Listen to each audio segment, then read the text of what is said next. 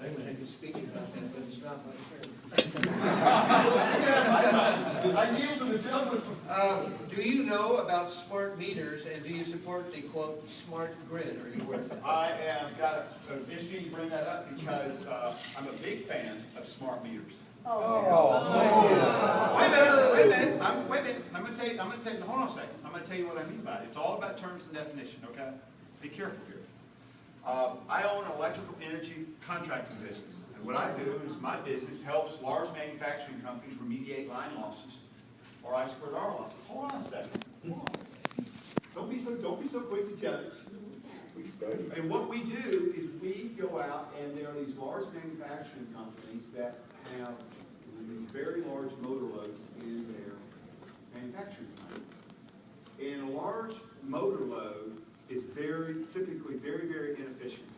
And so what it does is, get off in the weeds a little bit, it produces what's called reactive current or dirty power.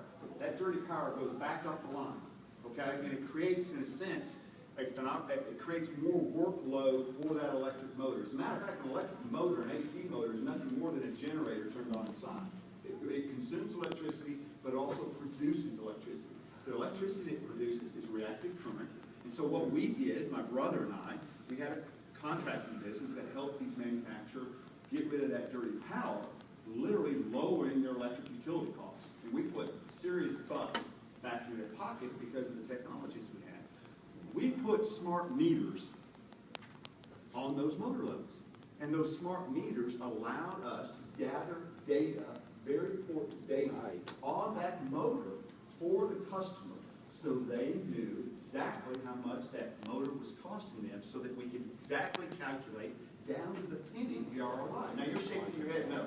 I'll tell you what, you do that in an industrial setting, go right ahead with it, have a customer volunteer to use that in your industrial setting. Do not put it on the citizens of your community. I don't believe it. Meter that is detrimental to everyone's health. Yes, ma'am, but I didn't advocate.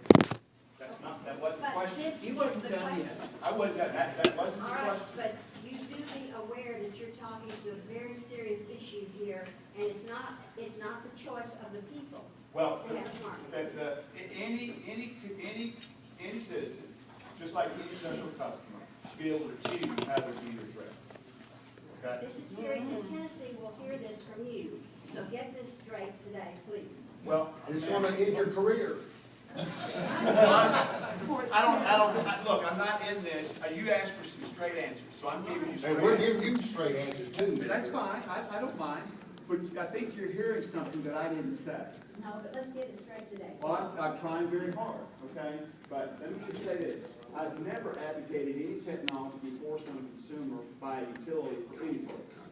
Okay? But that wasn't the question. I was trying to say I'm an advocate for smart meters because of some of the things it does for industrial companies. Be careful how you word it, it will kill your campaign.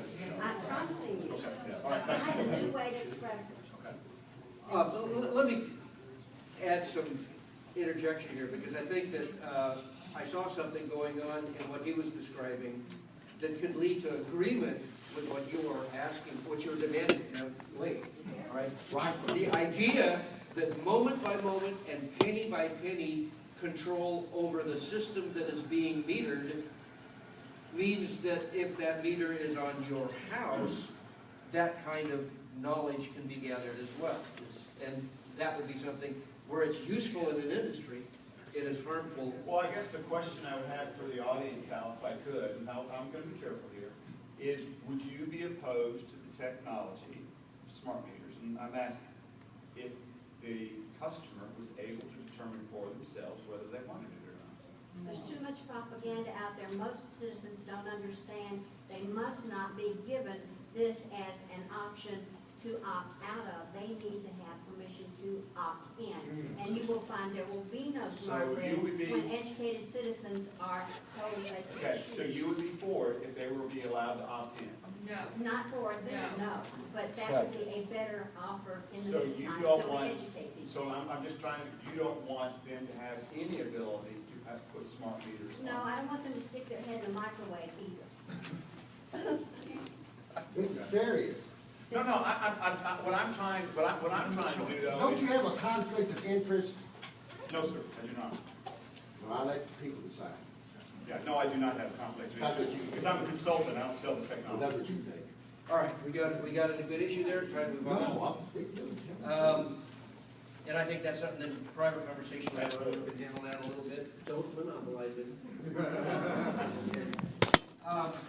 Former government officials today lobby their friends once they've left office often. What would you do, or would you do something to stop former elected officials from that process, with lobbying? Well, I think there ought to be a moratorium, at least for a considerable length of time, for any elected official to move into the lobbying protection once they leave office. In the state of Tennessee, there's a 1-year moratorium, that once you're a state elected official before you can be a professional lobbyist. I'm not sure that that's long enough.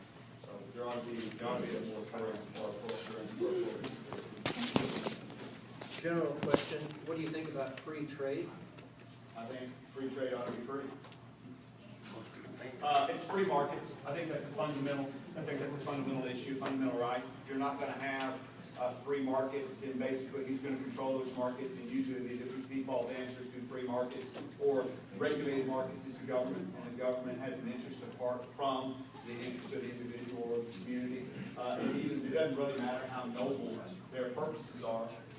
It kind of comes unwound. An example is the farm bill. You know, the government's trying to regulate the market there, and they do it through insurance and through kind of some of these other things. They're doing it through energy, and they're doing it through they do it through selling electricity. The government's involved in a number of issues or markets that are supposedly free, but clear or not. Yeah. They regulate markets through the EL.